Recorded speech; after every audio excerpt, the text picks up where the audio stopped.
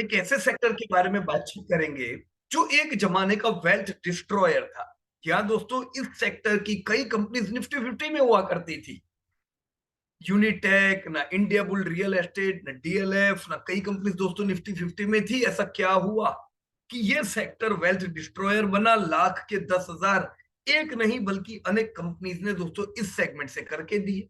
तो ये जानना जरूरी है ताकि भविष्य में दोस्तों ऐसा हम ट्रैप ना हो जाए। और अब क्यों हमें इस सेक्टर के बारे में बात करना चाहिए दोस्तों? अब क्यों ये सेक्टर सुधरा है और क्यों यहाँ पे यस हमें फोकस करना चाहिए? डिमांडिंग सेक्टर हो सकता है। तो दोस्तों इसके लिए हमें पास्ट, प्रेजेंट और फ्यूचर एस्टिमेट पे दोस्तों चर्चा करनी होगी। मैं दोस्तों ये सेशन आप लोगों के साथ शेयर कर रहा हूं दोस्तों। ये बिल्कुल अनकट, लाइव, अनएडिटेड सेशन है। तो यहाँ पे आप लोग चाहो तो 1.25 या 1.5x स्पीड से यूट्यूब में ये वीडियो को देख सकते हो, जिससे कम समय में आप पूरे सेशन को एंजॉय कर सको और यस आपका फोकस भी रह पाएगा 1.5x स्पीड पे भी। ऑलराइट फ्रेंड्स, तो चलिए दोस्तों हम आज रेसिडेंशियल कॉमर्शियल प्रोजेक्ट सेक्टर के बारे में दोस्तों बातचीत करेंगे। सबसे पहले यहाँ पे जो दिया हुआ है चेंजिंग अफोर्डेबिलिटी इंडेक्स। दोस्तों अफोर्डेबिलिटी जैसे जैसे चेंज हुई वैसे इस सेक्टर ने करवट बदली। जैसे अब शुरुआत का दौर यहाँ पे दिया हुआ है 1995 का, जब मकानों की टिकट प्राइस बड़ी हाई हुआ करती थी, राइट? और उसके सामने इनकम, टिकट साइज के सामने इनकम बड़ी कम थी। तो ये टाइम पे दोस्तों अगर मुझे मकान खरीदना है दोस्तों, अफोर्डेबिलिटी रेशियो कैसे देखा जाता है? प्रॉपर्टी की कीमत को डिवाइड किया जाता है एनुअल इनकम से। तो एन प्रॉपर्टी की कीमत सालाना आमदनी से दोस्तों 22 गुना हुआ करती थी। तो जिससे दोस्तों अफोर्डेबल हाउस नहीं हुआ करते थे। दोस्तों ये वो टाइम था जब यस मकान लेना एक ड्रीम होता है, क्योंकि हमारी आमदनी उतनी नहीं है। दोस्तों जैसे जैसे समय बीतता गया आपने देखा दोस्तों, करीबन यहाँ पे हर साल वो टाइम पे दोस्तों प्रॉपर्टी की कीमतें बढ़ी नहीं बल्कि डिक्रीज हुई। Almost you can see till the year 2001 दोस्तों कीमतें घटती गई पर वही ट्रेंड पे आपकी इनकम बढ़ती गई। तो जब कीमत घटी और इनकम बढ़ी, उसके साथ दोस्तों बाद ऐसा भी ट्रेंड आया जब मकानों की कीमत वापस से बढ़ने लगी, पर आपकी इनकम तो साथ में हर साल बढ़ती जा रही थी। तो इससे हुआ क्या दोस्तों? अफोर्डेबिलिटी रेशियो दोस्तों आपका सुधरता चला गया। You can see clearly in this chart. दोस्तों अफोर्डेबिलिटी रेशियो 22 से आप लो होके 2005 में दोस्तों 2004 में 4.3 तक आ गया। तो सीधी बात है कि पहले अगर मेरी प्रॉपर्टी की कीमत मेरी इनकम से 22 गुना होती थी तो मैं कम अफोर्ड कर सकता था। समय बीतने पे जब प्रॉपर्टी की कीमतें मेरी एनुअल इनकम से 5 गुनी हुई, मेरा अफोर्डेबिलिटी रेट सुधरा। दोस्तों ये वो टाइम है जब रियल एस्टेट की कंपनी तो भारत भर में दोस्तों बूम कर रही थी। क्यों? अफोर्डेबिलिटी इंक्रीज हो रही थी, राइट फ्रेंड्स? अब जैसे आप देख रहे हो दोस्तों यहाँ पे 2006, 2005, 2006, 2007, 2008 एक ऐसा दौर वापस आया जो समय पे दोस्तों अफोर्डेबिलिटी रेट धीमे धीमे बिगड़ने लगा। दोस्तों ये टाइम पे आपको ध्यान होगा दोस्तों, मकानों की कीमतें जो 2003 से बढ़ने लगी दोस्तों, जबरदस्त इंक्रीज हुई थी 2008-9 के समय पे, जिस पे वापस से आपकी इनकम से कीमतें काफी ज्यादा होने लगी। तो इसकी दोस्तों नेगेटिव इंपैक्ट आपकी कंपनीज पे पड़ती है रियल एस्टेट की। दोस्तों 2004 से लेके आप देख सकते हो 10 साल तक अफोर्डेबिलिटी रेशियो दोस्तों 4.3 से नीचे नहीं गया दोस्तों। यानी ये समय पे दोस्तों ऐसा नहीं था कि पहले जितना अफोर्डेबिलिटी रेशियो हाई था, पर ये समय पे दोस्तों रियल एस्टेट की कंपनीज चैलेंजिंग मोड से तो गुजर ही रही थी, राइट? इतने में क्या हुआ दोस्तों, 2017 में दोस्तों यहाँ पे रेरा इंट्रोड्यूस हुआ। दोस्तों रेरा का खास पर्पस ये था कि इनिशियली जैसे अलग अलग सेक्टर में, जैसे बैंकिंग में आरबीआई है जो मॉनिटर करता है आपके साथ चीटिंग हुआ हो, आरबीआई है आपके साथ। दोस्तों इंश्योरेंस में इरडा है, अगर आपके साथ कुछ गलत हुआ हो इरडा में आपकी कंप्लेन हो सकती है, कंपनी को प्रॉब्लम हो सकती है। पर रियल एस्टेट के बूम के दरमियान दोस्तों ऐसा कोई प्रावधान नहीं था कि जहां पे कंज्यूमर कंप्लेन को प्रायोरिटी दी जा सके। दोस्तों रेरा के इम्प्लीमेंटेशन के बाद जो अनऑर्गेनाइज प्लेयर थे दोस्तों, उनको बड़े प्रॉब्लम आए, और जो पहले से प्रॉपर चलते थे उनको एक अनकंपिटिटिव मार्केट मिलने लगा। क्यों? क्योंकि दोस्तों आप जानते होंगे वो टाइम पे दोस्तों रियल एस्टेट में ब्लैक और व्हाइट का भी बहुत बड़ा बैलेंस हुआ करता था, राइट? बड़ी रकम आपको ब्लैक की भी देनी होती थी जब आप मकान खरीदो। सब नहीं करते थे दोस्तों। ऑर्गेनाइज कंपनी दोस्तों कुछ ऐसी भी थी जो वो टाइम पे भी प्रॉपर चलती थी, पर रेरा के इम्प्लीमेंटेशन के बाद दोस्तों ये पूरा सब गड़बड़ा गया। तो अनऑर्गेनाइज प्लेयर जो थे दोस्तों, वो धीमे धीमे यहां से निकलने लगे। वो बिजनेस नहीं कर सकते थे। इनफैक्ट ये वो टाइम आ रहा था दोस्तों जब वो बिजनेस में आगे बढ़ सकते थे, पर खुद अनऑर्गेनाइज थे, वो आगे नहीं बढ़ पाए। क्यों दोस्तों? यहाँ पे आप देख सकते हो दोस्तों 2017 के बाद इनफैक्ट मकानों की कीमतें भी दोस्तों 4 साल तक नहीं बढ़ी। आप देख सकते हो रेरा की इफेक्ट क्या आई, कोविड का भी इसमें रोल है। और वापस से मकानों के दाम दोस्तों 2021 में थोड़े बहुत बढ़े, पर पिछले साल हमने बड़ा बाउंस देखा, क्योंकि दोस्तों आपकी इनकम भी बढ़ती जा रही है, राइट? होम लोन्स भी अवेलेबल है। तो अब दोस्तों आप बढ़िया तेजी मकानों के दामों में भी देख रहे हो और रियल एस्टेट कंपनी में भी देखेंगे, क्योंकि ये 3.2 अब एफोर्डेबिलिटी रेशियो आ चुका है। यानी इतना बढ़िया एफोर्डेबिलिटी रेशियो दोस्तों पूरे पिछले 25 साल में कहीं भी नहीं था। So this is the best time for people who can afford their properties, right? अब ऐसे समय पे दोस्तों रियल एस्टेट की कंपनी को भी फायदा हो सकता है, पर तब जब वो ऑर्गेनाइज हो। आप सेकंड चार्ट में देख सकते हो दोस्तों अलग अलग शहर में कहां पे प्रॉब्लम आए। जैसे 78% चेन्नई में इफेक्ट आई दोस्तों। ये क्या है दोस्तों? This is consolidating leading to higher share of branded player. दोस्तों अनब्रांडेड जो प्लेयर थे वो निकलने लगे। भारत भर में हमने डिक्लाइन देखा, डेवलपर की संख्या घट गई। सबसे ज्यादा डेवलपर की संख्या घटी चेन्नई में, बेंगलुरु में, गुरुग्राम में, and vice versa. You can see the whole list. तो इसका मतलब क्लियर था दोस्तों कि अब रास्ता क्लियर था उन खिलाड़ियों के लिए जो लोग प्रॉपर काम करते थे, जो लोग कंज्यूमर के बारे में सोचते हैं।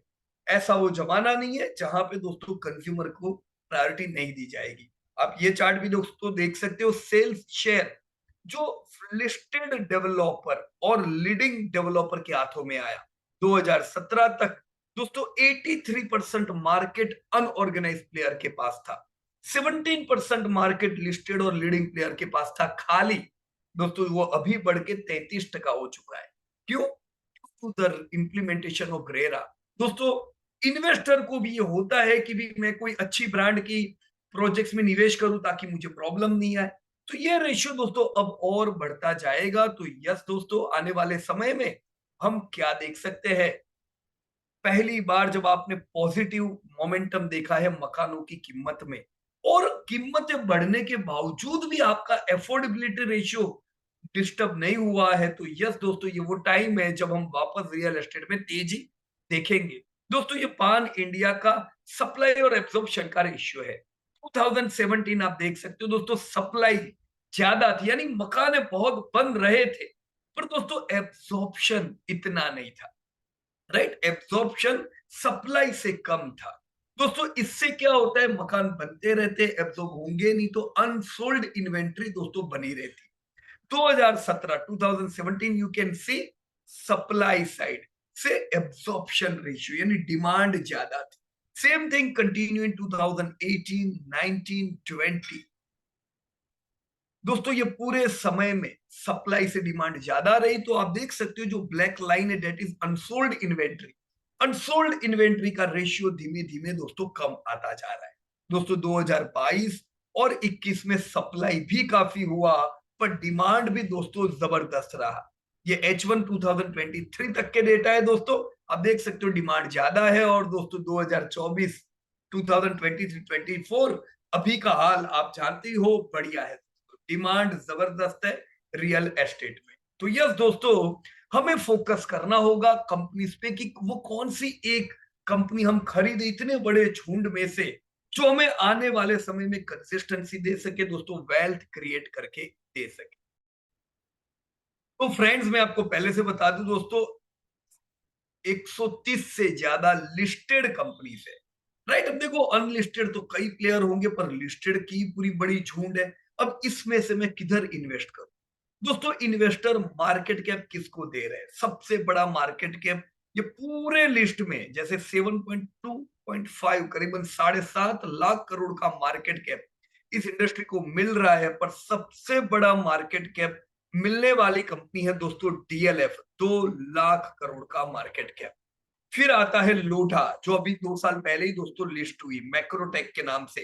Right, Godrej property, Oberoi real estate, Phoenix, Prestige, ये कुछ 5-6 कंपनियां हैं दोस्तों जिसको मार्केट कैप अच्छा मिल रहा है। राइट, तो लीडिंग कंपनीज दोस्तों पूरी 130 में से ये 5-6 कंपनीज यू कैन फोकस जिधर आप पैसा लगा सकते हो। राइट, अब ये सारी इतनी सारी ये जो लीडिंग कंपनीज है, इनके साथ में आपको थोड़ा एक्सपीरियंस भी शेयर करूंगा कि क्या हुआ था पहले। जैसा मैंने बताया दोस्तों, लाख के 10,000 इस सेक्टर ने ऑलरेडी कर दिए हैं। राइट, तो आपको थोड़ा क्वेश्चन भी रहना चाहिए। और ये आपको लर्निंग रियल एस्टेट की नहीं है दोस्तों, ये लर्निंग है दूसरे सेक्टर्स के लिए। आपने मुझे बहुत सी बार ये बोलते सुना होगा कि भाई कोई भी एक सेक्टर में बहुत सी अलग अलग कंपनी में निवेश ना करो। ये गलती होती है जब आप मोमेंटम इन्वेस्टर होते हो। मोमेंटम इन्वेस्टर होते हो, चार्ट देख के निवेश करते हो, एक ही सेक्टर की, जब सेक्टर अच्छा होता है तो एक ही सेक्टर की कई कंपनी पॉजिटिव दिखती है, तो आप क्या करते हो, वही सेक्टर में बहुत ज्यादा इन्वेस्ट कर देते हो। जब वो सेक्टर बिगड़ता है, सबकी विकेटें गिरती है, सब कंपनी नीचे आने लगती है, आप फंसते हो दोस्तों।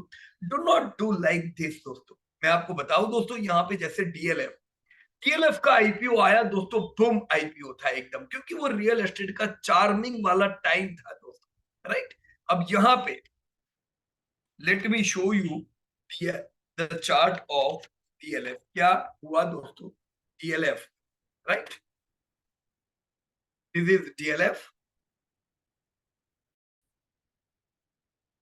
दोस्तों। आईपीओ में डीएलएफ कई लोगों को लगे थे, जिनको नहीं लगे उन्होंने आईपीओ के बाद लिए, क्योंकि ये 400-500 रुपए का शेयर दोस्तों 1, 2, 3, 4, 5, 6, 7 महीने में ही दोस्तों 1100-1200 पहुंच चुका था। तो आपके पैसे दुगने से ज्यादा हुए।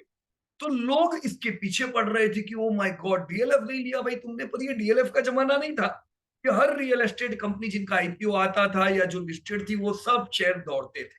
तो ये समय पे डीएलएफ में तेजी जबरदस्त देखी दोस्तों, लेकिन 2008 में जो मंदी आई उसमें डीएलएफ ट्रैप हुआ। डीएलएफ नहीं, पूरे पूरा रियल एस्टेट, क्योंकि ये टाइम दोस्तों वो था जब वैसे भी एफोर्डेबिलिटी रेशियो भी बिगड़ रहा था, मकानों के दाम तेजी की वजह से कुछ ज्यादा बढ़े हुए थे, एफोर्डेबिलिटी रेशियो बिगड़ चुका था दोस्तों। 2008 में जो 1225 का शेयर था, अब देख सकते हो दोस्तों सिर्फ मर्ज 14 महीने में दोस्तों लाख के 10,000 हो गए।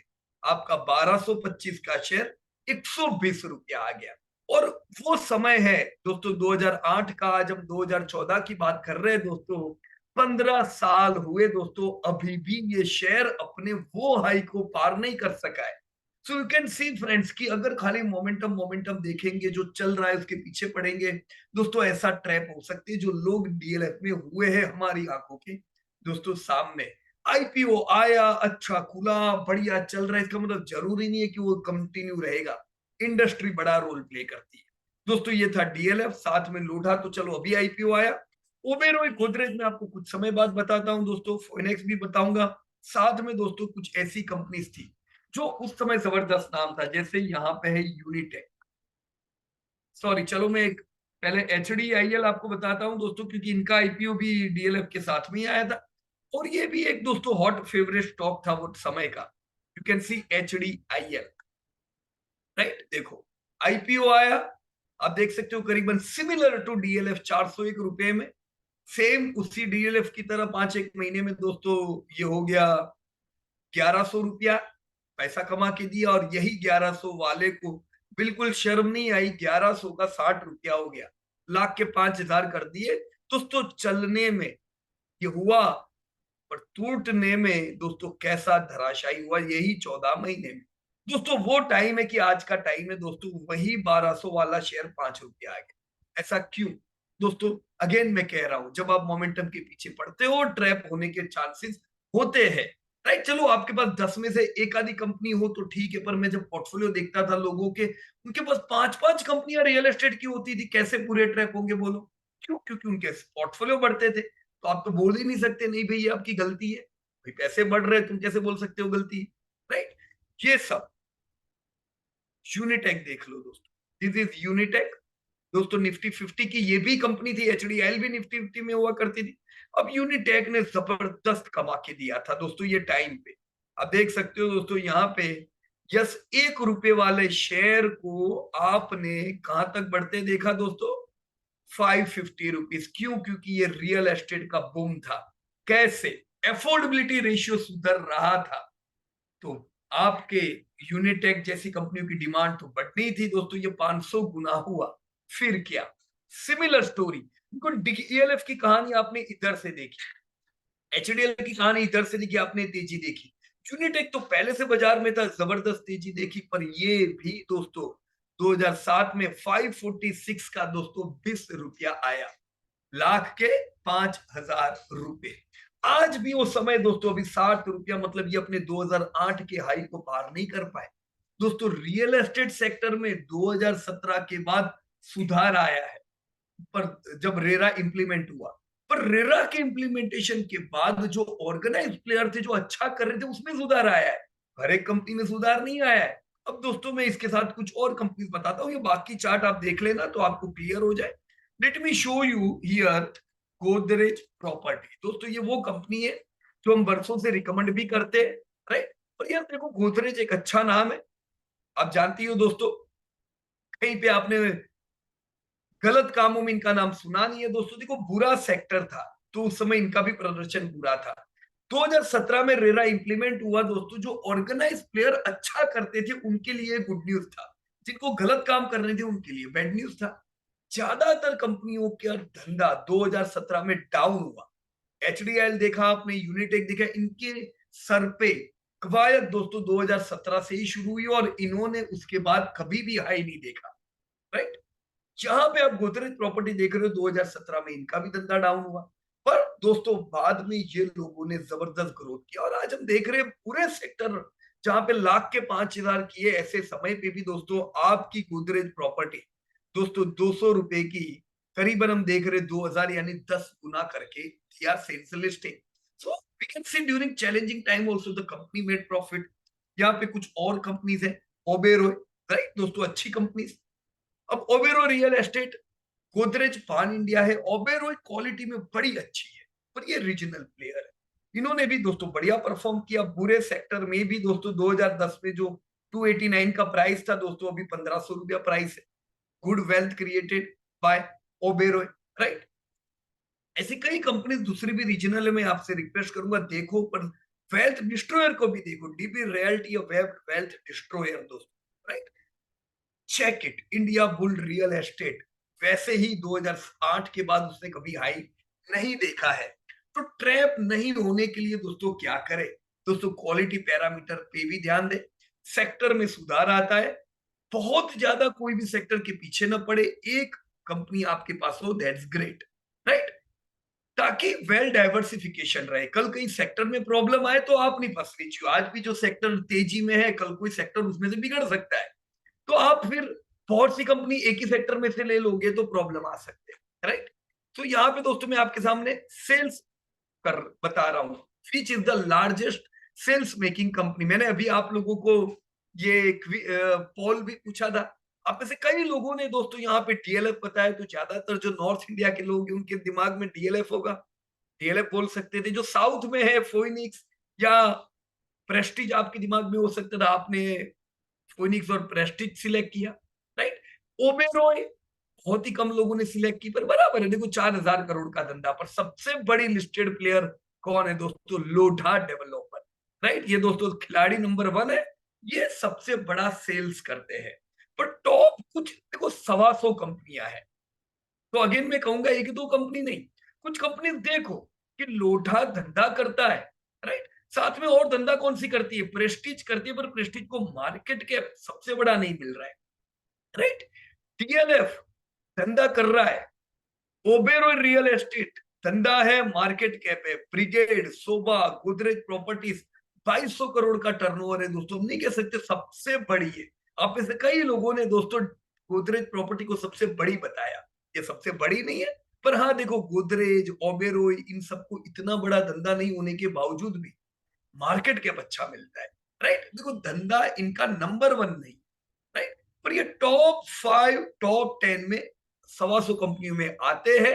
यस, हम लोग इन कंपनियों पे ध्यान रख सकते हैं जिन जो धंधा कर रहे हैं और जिनको मार्केट कैप मिल रहा है, पर इन्वेस्ट नहीं करेंगे। इन्वेस्ट हम आगे और क्वालिटी पैरामीटर देखेंगे। जब आप प्रॉफिट देख रहे हो तो प्रॉफिट में DLF, Oberoi, Phoenix, Prestige, Godrej properties ऐसी कुछ कंपनीज निकल के आ रही है। और वो लोढ़ा जो सबसे बड़ा टर्नओवर करता था वो प्रॉफिट में काफी पीछे चला गया, राइट। तो इससे आपको क्लैरिटी होनी चाहिए आप कौन सी कंपनियां देखोगे दोस्तों। मैं नीचे यहाँ पे मैंने, चलो यही चीजें चार्ट में दी है, कई कंपनियां दोस्तों लॉस मेकिंग भी है दोस्तों, बिल्कुल ऐसी कंपनियों में पैसा नहीं लगाने का जो लॉस करती है दोस्तों। यहाँ पे ग्रोथ पैरामीटर दिए हुए, राइट। अब देखो पिछले 5 साल का ग्रोथ तो वैसे भी वीक था, 6%, यानी कुछ अच्छा ग्रोथ नहीं है, राइट। पर ऐसे वीक ग्रोथ में कुछ कंपनीज ने नेगेटिव ग्रोथ दिया है, डीएलएफ, लोढ़ा जैसी। कोविड के बाद दोस्तों ये ज्यादा अफेक्टेड है। गोदरेज का 4% का एवरेज ग्रोथ है, ओबेरॉय का बढ़िया ग्रोथ है, फोइनिक्स नेगेटिव ग्रोथ, राइट। इस साल आप देखो दोस्तों गोदरेज का जबरदस्त ग्रोथ है करंट ईयर। अभी भी डीएलएफ और लोढ़ा दोस्तों म्यूटेड है। तो डीएलएफ और लोढ़ा ये दोनों कंपनी बड़ी है पर ग्रोथ नहीं कर पा रही है, राइट। ओबेरॉय आप देख सकते हो 5 साल में बढ़िया ग्रोथ है, ये साल भले म्यूटेड ग्रोथ है, चिंता नहीं है, क्योंकि ऑलरेडी दोस्तों हाई बेस बना हुआ है, कोविड के समय में भी ग्रोथ अच्छा था, राइट। टीबी रियलिटी आप देख सकते हो दोस्तों 70% डी ग्रोथ, कगार है, टोटल नहीं है, मतलब लाख, इन्होंने ऐसा नहीं है 10,000 करोड़ का धंधा 5,000 करोड़ हुआ, ऐसा नहीं है। 67% कगार से धंधा बढ़ा है, घटा है दोस्तों, राइट। अब दोस्तों जब हम डेब्ट टू इक्विटी सॉल्वेंसी रेशियो देखते हैं तो डीएलएफ क्वालिटी में है, उसमें कोई डाउट नहीं है, पर क्वालिटी कंपनी हुई पर अगर ग्रोथ करेगी नहीं तो दिक्कत है, पैसा बनना नहीं है। तो डीएलएफ सिलेक्ट नहीं कर सकते दोस्तों वेल्थ के लिए। लोढ़ा हमने देखा ग्रोथ नहीं करती है। गोदरेज प्रॉपर्टी पे दोस्तों डेप्ट है, ये हमें ध्यान रखना पड़ेगा, हम इसको नहीं कह सकते कि एकदम टॉप क्वालिटी है दोस्तों, राइट, पर ये ग्रोथ भी अच्छा कर रही है। ओबेरॉय में दोनों गुण है, क्वालिटी भी है, उसकी साइज गोदरेज जितनी नहीं है पर क्वालिटी में वो ज्यादा आगे निकल के आती है, right. Same debt paying capacity आप देखोगे दोस्तों, ये कोई भी कंपनी का इतना फेवरेबल नहीं है। वैसे देखो डेप टू इक्विटी भी कोई कंपनी का इतना फेवरेबल नहीं है, क्योंकि ये सेक्टर वैसे 10-15 साल से ऐसा कमा के नहीं दिया है प्रमोटर्स को, इसलिए तो पैसा तो चाहिए, और हाई कैपेक्स वाली इंडस्ट्री है, तो आईसीआर भी किसी का इतना अच्छा नहीं है। पर यहाँ पे भी आप देखो ओबेरॉय का बाकी से ज्यादा अच्छा है, राइट। टैप्ड रेशियो 0.60 दोस्तों, अनफेवरेबल टैप रेशियो में इनका कहेंगे सिग्नेचर का, शोभा, ब्रिगेड जो 80 तक जा रहा है, राइट। मैं लिक्विडिटी पैरामीटर देखूं दोस्तों, मार्जिन, पिछले साल के मार्जिन, इस साल के मार्जिन, जो कुछ कंपनी अच्छी निकल के आई जैसे गोदरेज, ओबेरॉय जैसी, फोइनिक्स भी बड़ी अच्छी कंपनी है दोस्तों, उनमें से यस फोइनिक्स, ओबेरॉय, गोदरेज, इन लोगों के आप मार्जिन पिछले साल भी अच्छे देख रहे थे, ये साल भी अच्छे देख रहे हो, राइट। बाकी ज्यादातर कंपनीज लॉस कर रही थी, वो ये साल भी लॉस कर रही है। अब डीबी रियल्टी का इतना बड़ा मार्जिन इस साल है, पर एक गलत है दोस्तों, धंधे से ज्यादा थोड़ी ना प्रॉफिट हो सकते हैं, राइट, ये अदर इनकम की वजह से है, राइट। अब इसमें और जो रेशियो कुछ हम देख सकते हैं, वो करंट रेशियो भी एक काम के होते हैं, और ट्रेड रिसीवेबल है। ट्रेड रिसीवेबल एवरेज है दोस्तों सारी कंपनियों का। करंट रेशियो ओबेरॉय रियलिटी का बड़ा शानदार है, पर ज्यादातर कंपनियों का ट्रेड रेशियो अच्छा है। बिगड़ा हुआ यहाँ पे ब्रिगेड, प्रेस्टीज, सिग्नेचर, सोभा, डीबी रियल्टी, इन लोगों का है, फेवरेबल नहीं है दोस्तों, राइट। सो पूरा लिस्ट मैंने आपको बताया दोस्तों। यहाँ पे अगर मुझे इस सेक्टर की कोई कंपनी में पैसा डालना है दोस्तों, मैं डाल सकता हूँ गोदरेज प्रॉपर्टी में। यस, नेशनल प्लेयर है, कंसिस्टेंट धंधा, कंसिस्टेंट अच्छा ग्रोथ कर रहे हैं, प्रॉफिटेबिलिटी अच्छी है। यस, डेप्ट इनके सर पे हाई है।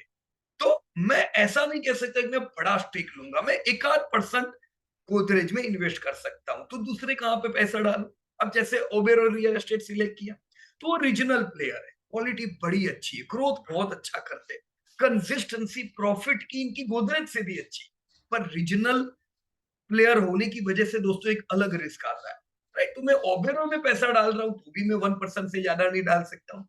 इसके अलावा कोई और कंपनी ऐसी नहीं है जहां पे मैं जस्ट बड़ा निवेश कर सकूं, राइट? फोइनिक्स मिल, यस दोस्तों, ये साउथ इंडिया की कंपनी, बराबर है, अच्छा काम करते हैं। यस, आप साउथ के, आपको लगता है मुझे साउथ की कंपनी में पैसा डालना है, यहाँ पे भी आप 1% क्यों डाल सकते हो, क्योंकि अगेन रीजनल पेनिट्रेशन है, नेशनल खिलाड़ी दोस्तों इसमें से गोदरेज, राइट? पर गोदरेज पे भी डेप्थ तो है, तो none of the companies there are where you can invest more than 1%।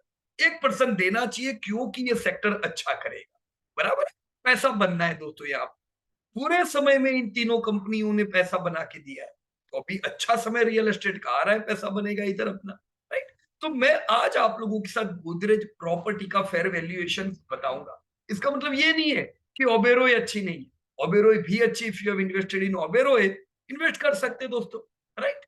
पर आप देखोगे नीचे डेटा में दोस्तों, मेरे पास हर कंपनी के फेयर वैल्यूएशन है। ये वो समय था दोस्तों जब हम हर कंपनी के पीछे पड़ते थे, मोमेंटम इन्वेस्टर, पर दोस्तों समय निकल के पता चलता है कि ये गलत चीज है, ऐसा नहीं करना चाहिए। एक आधी कंपनी सिलेक्ट करो, बाजार गिरता है, सब गिरती है, वो भी गिरेगी, पर आपका फोकस रहता है दोस्तों, right? So yes, I am going to share today Godrej property fair value and what can we expect from this company. तो सबसे पहले दोस्तों मैंने बुकिंग वैल्यू दी हुई है कंपनी की, बुकिंग वैल्यू, राइट दोस्तों? बुकिंग वैल्यू और रेवेन्यू अलग चीज है। आज मैंने कोई प्रोजेक्ट किया और वहां पे मुझे बुकिंग वैल्यू, आज पैसा भले मेरे पास दोस्तों फॉर एग्जाम्पल करोड़ आया है, पर वो बुकिंग वैल्यू 5 करोड़ की है, राइट? यानी वो 5 करोड़ की एश्योरिटी आने वाला है। जैसे ऑर्डर बुक होती है आपकी कुछ कंपनी में, डिफेंस में हम ऑर्डर बुक देखते हैं, इंफ्रा में ऑर्डर बुक देखते हैं। ऑर्डर बुक अगर मेरे को 20,000 करोड़ की मिली है, जैसे अभी हमने बीईएल के केस में देखा, उनका धंधा भले ना 5,000 करोड़ का हो, पर ऑर्डर बुक से आने वाले समय की एश्योरिटी होती है। Same thing in L, same thing in your real estate company. Booking value आप देख रहे हो दोस्तों, बढ़िया बढ़ती जा रही। कुछ समय पे बुकिंग वैल्यू कम भी थी, जैसे रेरा इंप्लीमेंटेशन के समय इफेक्ट था, पर रेरा के बाद दोस्तों बढ़िया ग्रोथ हमने इसमें देखा, और ये साल, पिछला साल कमाल का था, हम ये कह सकते हैं। लास्ट ईयर 12,000 करोड़, मतलब दोस्तों amazing booking value Godrej property के पास आई। खाली गोदरेज नहीं दोस्तों, बाकी कंपनियों को भी ऐसी बुकिंग वैल्यू मिल रही है जो ऑर्गेनाइज में अच्छा काम कर रहे हैं, ओबेरॉय जैसी कंपनी, राइट? सेल्स आप देखो दोस्तों, राइट? 100 करोड़ का, 150 करोड़ का टर्नओवर करने वाली कंपनी दोस्तों 2019 तक 3,000 करोड़ पहुंच गई, राइट? अब 2017 में रेरा के समय इनका भी धंधा डाउन हुआ था, पर प्रॉब्लम नहीं था, लॉन्ग टर्म इनको अच्छा ही करना था, उल्टा रेरा इनको फायदा देगी। अब 3,200 करोड़ 2019, 2020 में, 21 में कंटिन्यू धंधा गिरा। कोविड दोस्तों, ये हाईली अफेक्टेड इंडस्ट्री थी कोविड के दरमियान भी। क्यों? क्योंकि दोस्तों मकान बांधने के लिए मैन पावर चाहिए, जो बांधेगा। अब ये समय पे मकान लेंगे भी कौन, राइट?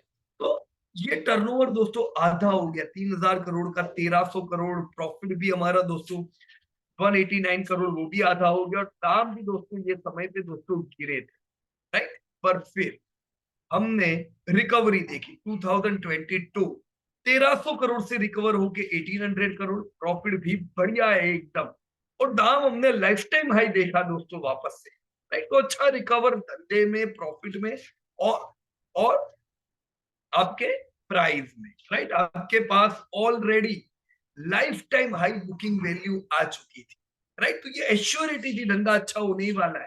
पिछले साल बढ़िया बुकिंग वैल्यू, धंधा अभी भी लाइफ टाइम हाई नहीं आया है, रिकवर हो रहा है दोस्तों। लाइफ टाइम हाई धंधा 3,200 करोड़ का था 2019 में, वो अभी भी नहीं है, पर बुकिंग वैल्यू एश्योर करती है धंधा बढ़िया आएगा।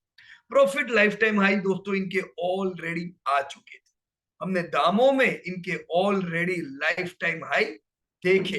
अब क्या दोस्तों, धंधे बढ़े, प्रॉफिट बढ़े, मार्जिन आप इनके देख सकते हो दोस्तों अच्छे रहते, पी कंपनी का 50 के करीब रहता है, बुक वैल्यू भी कंसिस्टेंट कंपनी की बढ़ती चली गई, और बुक वैल्यू दाम बुक वैल्यू से करीबन 4-5 गुना तो इनके रहते हैं।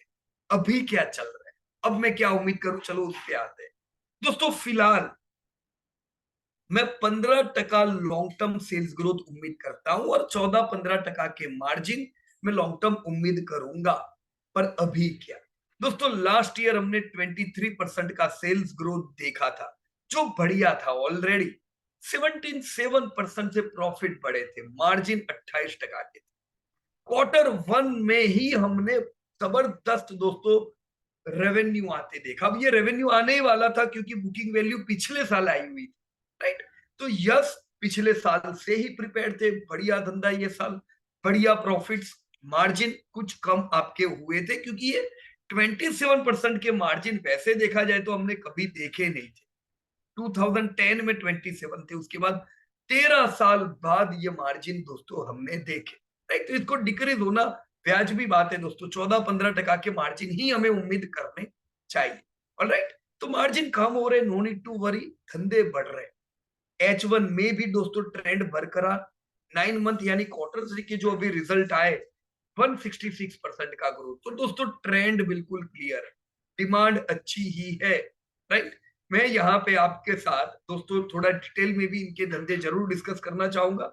मैंने यहाँ पे H1 के भी धंधे दिए हुए, 9 मंथ के भी। दोस्तों बुकिंग वैल्यू 9 मंथ में भी 60% से बढ़ी है दोस्तों, 13,000 करोड़ की। ये 9 महीने की बुकिंग वैल्यू, यानी पिछले साल की बुकिंग वैल्यू कितनी थी, 12,000 करोड़ की। ये साल 9 महीने की बुकिंग वैल्यू ही दोस्तों पिछले पूरे साल से बढ़ी है, यानी नेक्स्ट 4-5 ईयर्स के लिए ट्रेंड क्लियर है, पॉजिटिव है, राइट। ये बुकिंग वैल्यू में दोस्तों बड़ा कंट्रीब्यूशन दोस्तों एनसीआर का है, नॉर्थ इंडिया के इनके प्रोजेक्ट का, जहां सिंगल प्रोजेक्ट में ही दोस्तों इनको 2,500 करोड़ की एक बढ़िया बुकिंग वैल्यू मिली है, राइट। सो 59% बुकिंग वैल्यू, 166% का सेल्स ग्रोथ, खर्चे भी बढ़े हैं, जिसके कारण मार्जिन इनके दोस्तों 110 बेसिस पॉइंट से डिक्रीज हुए, ऑलराइट। प्रॉफिट खाली 60% से बढ़े। प्रॉफिट 166% से बढ़ने चाहिए थे, पर क्यों कम बढ़े, क्योंकि मार्जिन अभी इनके कम है। अब H1 भी कंपेयर करो दोस्तों, सिमिलर ट्रेंड था। H1 में भी मार्जिन दोस्तों 400 बेसिस पॉइंट से कम थे, धंधे 200% से बढ़े थे, पर प्रॉफिट 200 से नहीं 90% से बढ़े थे, राइट। क्यों ऐसा है दोस्तों, देखो आप देख सकते हो मटेरियल कॉस्ट, तो जो इनका मेन खर्चा है दोस्तों, मटेरियल कॉस्ट 4% से एक्चुअली डिक्रीज हुई है, तो ये तो पॉजिटिव है। मटेरियल कॉस्ट डिक्रीज हुई है, पर दोस्तों इन्वेंट्री में बड़ा मूवमेंट है। इन्वेंट्री की वजह से दोस्तों इनके मार्जिन कम हुए हैं। इन्वेंट्री जो की थी वो अब आप देख रहे हो दोस्तों निकलती जा रही है। यहाँ पे इन डेटा के आधार पे मैं उम्मीद क्या करूंगा दोस्तों, यू कैन सी, मैं इस साल 100% से सेल्स उम्मीद कर रहा हूं, 103%, राइट। तो 103% के हिसाब से दोस्तों मेरा धंधा ये साल 45-72 करोड़ आएगा, जो मैंने यहां लिखा है। यानी दोस्तों 2019 के बाद मैं 1, 2, 3, 4 साल बाद वापस से लाइफ टाइम हाई रेवेन्यू देखने वाला दोस्तों। प्रॉफिट मैं कितने उम्मीद कर रहा हूं, प्रॉफिट मार्जिन से गिने जाते हैं दोस्तों। इस साल मेरे को मार्जिन 16.7% की उम्मीद है। इन डेटा के आधार पे 23% से प्रॉफिट बढ़ेगा, तो 23% से प्रॉफिट बढ़े तो ये साल 763 करोड़ का दोस्तों मैं प्रॉफिट देखूंगा, जो अगेन लाइफ टाइम हाई है दोस्तों। 25 का ईपीएस रहेगा, 1265 का फेयर वैल्यू हुआ गोदरेज प्रॉपर्टी। अभी क्या दाम है दोस्तों, 2,200 रुपया दाम है, तो फेयर वैल्यू से थोड़ा आगे निकल चुका है, क्योंकि ऑलरेडी हमने ये साल डबल होते देखा है गोदरेज को, राइट।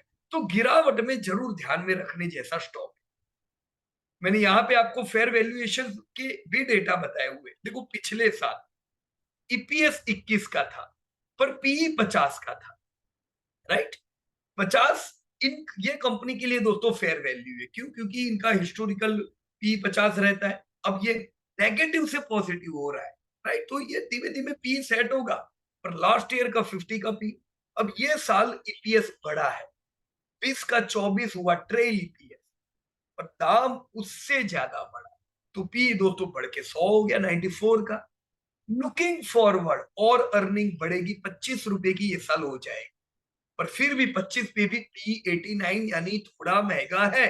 गिरावट में शेयर में दोस्तों जरूर ध्यान दो, अभी कुछ टेक ले सकते हैं क्योंकि ट्रेंड बढ़िया है, राइट। पर कहीं भी चैलेंजेस आते हैं दोस्तों, एक्टिव रहो, एक्यूमुलेट करो, राइट, क्योंकि कोई दिक्कत लॉन्ग टर्म इसमें दिखाई नहीं दे रही है। मैं 2030 तक ये कंपनी को एक बेंचमार्क 10,000 करोड़ के टर्नओवर पार करके देखूंगा, 15,000 करोड़ का प्रॉफिट होगा, 50 का ईपीएस, 2500 का फेयर वैल्यू। 2500 का फेयर वैल्यू तो दाम आपका 4-5 हजार तो दोस्तों इसका होना चाहिए, राइट। यस दोस्तों, आने वाला दशक हम पूरा ये कंपनी पे पॉजिटिव रह सकते हैं, रियल एस्टेट पे पॉजिटिव रह सकते हैं। सिमिलर ट्रेंड आप ओबेरॉय रियल एस्टेट का भी देख सकते हो, राइट। मैंने कंपनी का फेयर भी लिखा है 50 का है, फेयर बुक वैल्यू लिखी है 4.7 है। डेप्ट कंपनी पे ज्यादा है, 10,000 करोड़ की डेप्ट, 10,000 करोड़ के रिजर्व के सामने 1:1 रेशियो होगा, राइट। तो इसे भी ध्यान ले, इसीलिए मैं बहुत बड़ा नहीं 1% का स्टेक आपको कहता हूं लेने का, राइट। मैंने चार्ट यहाँ पे दिया हुआ है दोस्तों, 1698 एक बढ़िया लेवल रहेगा, देखो जरूरी नहीं है ये आए क्योंकि ट्रेंड बढ़िया है, राइट। ये आता है तो बढ़िया चीज है, आता है तो ऐड करो, एसआईपी अभी भी करो क्योंकि ये करेक्शन में तो है ही, तो एसआईपी तो कर ही सकते हो ना, एसआईपी करते जाओ, 1700 पे एग्रेसिव रह सकते। मैं 2 साल में दोस्तों 3462 का टारगेट उम्मीद करता हूं, राइट।